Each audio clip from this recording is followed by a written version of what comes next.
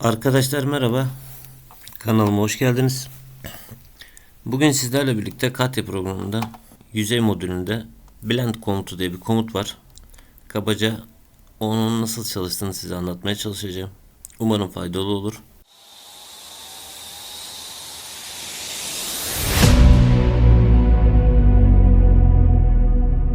Şimdi bu komutu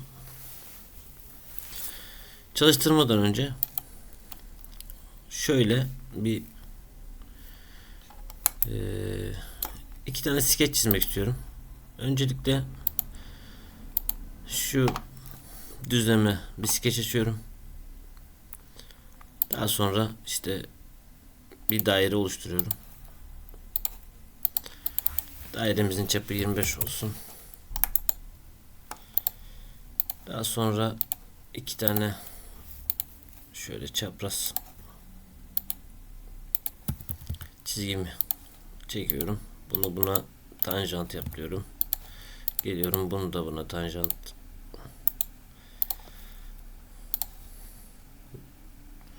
olarak yapıyorum. Daha sonra bunların arasına bir açı verelim. İşte bu açı 30 olsun. Açıyı eksene eşitleyelim. Şu şekilde. Burası 15 olsun. Şimdi şurada fazlalıklarımız var. Bu fazlalıklarımızı silelim. Şu şekilde. Geldik. Silelim.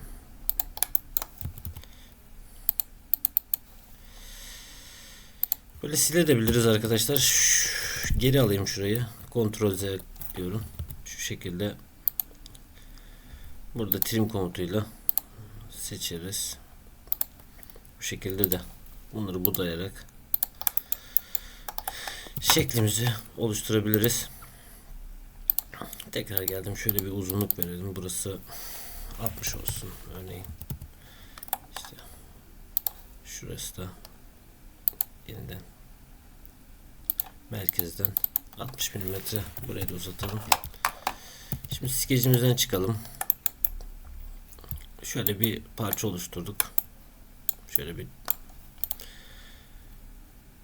çizim oluşturduk. Daha sonra offset from plane diyoruz. Burada X ve Y düzlemi seçiyoruz. 20 mm yukarıda işte kabaca bir şey atalım. Plane atalım. Bu plane'imize tekrar bir skeç açalım. Şimdi bundan biraz daha büyük. Açısı biraz daha farklı. Bir 35 olsun bunun çapı. Daha sonra şöyle gelelim. Bunu da az önce ölçüyle tanjant atmıştım. Mesela şu anda kontrol tuşuna basıyorum. İkisini seçiyorum. Şuraya tıklıyorum. Bu buna tanjant olsun diyorum. Geliyor tanjant. Tekrardan çizgimi seçeyim. Seçtim. Kontrol tuşuna basıyorum. İkisini de seçiyorum. Geliyorum buradan. Bu buna tanjant olsun diyorum. Ve tanjant olarak yapıyorum. Araya yine bir açı verelim. Şu şekilde. Burası da 45 derece olsun. Burası 45 derece olsun. Buradan da merkez açıyı merkeze göre eşitleyelim. Şöyle 20.5 olsun. Daha sonra bunu da şöyle uzatalım. Bu da 110 olsun. Pardon. 110 olsun. Bu şekilde. Burayı da aynı şekilde 110 olarak uzatalım. Tekrar trim komutumu seçiyorum. Şurayı da şuraya da şu kısmı kalmasını istiyorsam bu şekilde şekillerimizi oluşturduk. İki farklı şekil. İkisi birbirinden farklı ölçülerde. Şimdi blend komutunu nasıl kullanabiliriz? Blend komutunu şu şekilde seçiyoruz. Birinci curve seç diyor. Birinci curve bu, ikinci curve bu. Seçtim.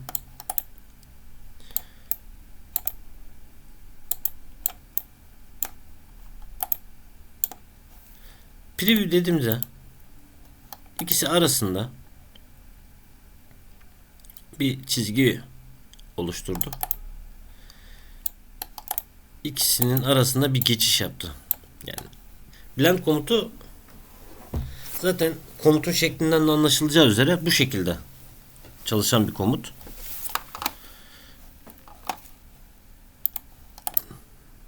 Peki yüzeyler arasında bu geçiş yapabilir mi? Evet, yapabilir.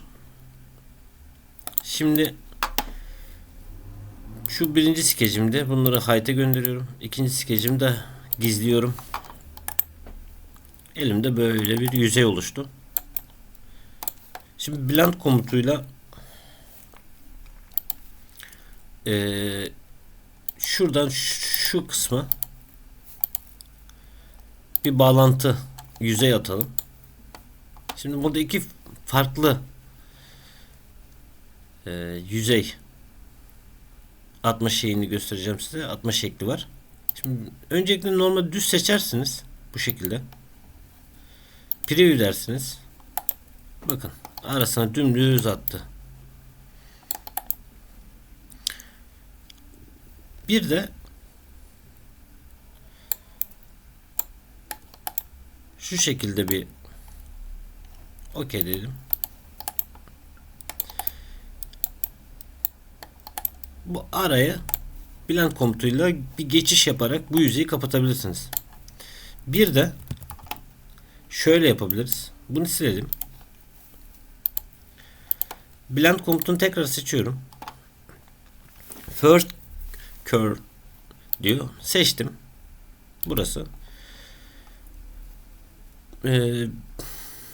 Buraya da bir destek diyor, yani support. Bir destekle bunu karşı tarafa gönder diyeceğim. Bu yüzey diyorum. Bu yüzeyi destek al kendine. Daha sonra ikinci çizgimi seçiyorum. Şurası. Onun da desteği aynı yüzeyden olsun diyorum. Şurayı seçiyorum. Bakın. Preview dedim de arkadaşlar, İkisi arasında bir geçiş yapıyor. Fakat bu geçiş yapmış olduğumuz yüzeye tanjant. Bakın burada yazıyorsun. Tanjant.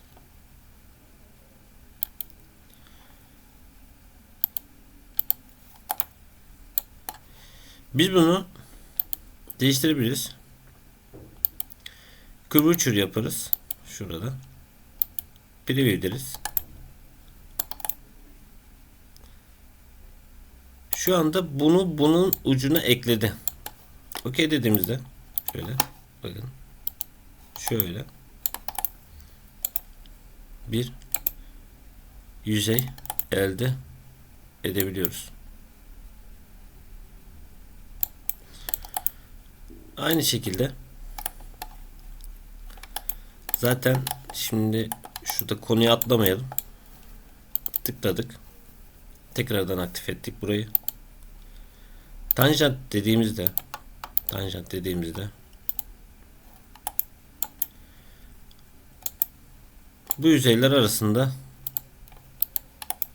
tanjant olarak geçiş sağlayarak burada smooth, yumuşak bir geçiş yapacaktır. Şimdi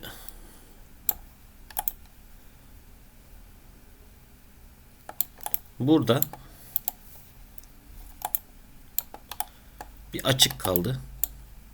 Burada da ekstra bir bilgi olarak size göstereyim. Bu açıklığı nasıl kapatabiliriz? Yüzeyde nasıl burayı örebiliriz? Onun için de fill komutu var. Şimdi fill komutuyla ilgili bazı yanlış kullananlar var. Güzel bir komuttur. Aynı zamanda Fill komutunu seçtiğimde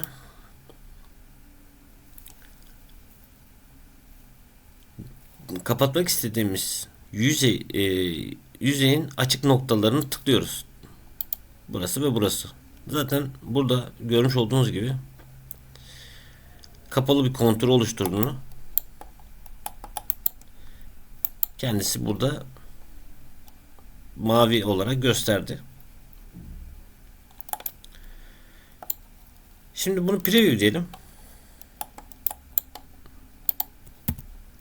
Pardon. Şimdi bunu bir ön izleme yaptığımızda arkadaşlar bakın bizim yapmış olduğumuz Blend'le yapmış olduğumuz şuradaki yüzeye ile rigid gitmiyor burası. Burada smooth bir geçiş yok, yani tatlı bir geçiş yapmadı. Şimdi biz ne yapmıştık? Önce burayı seçmiştik. Sonra şu kısmı seçtik. Şimdi seçmiş olduğumuz şu kısma tekrar tıklayıp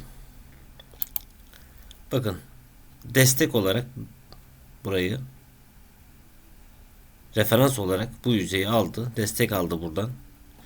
Buna tıkladım. Şurayı seçmiştik. Şimdi o da şuradan destek alsın dedik. Şimdi preview dediğimizde bakın yüzeyimizi hem buradan referans aldı, hem buradaki yüzeyden referans aldı, hem buradaki yüzeyden referans alarak rigid bir geçiş yaparak bizim istemiş olduğumuz o kapamayı, bu açıklığı örmeyi başardı. Baktığımız zaman herhangi bir geometrik şekilde bir bozukluk olmadığını göreceksiniz.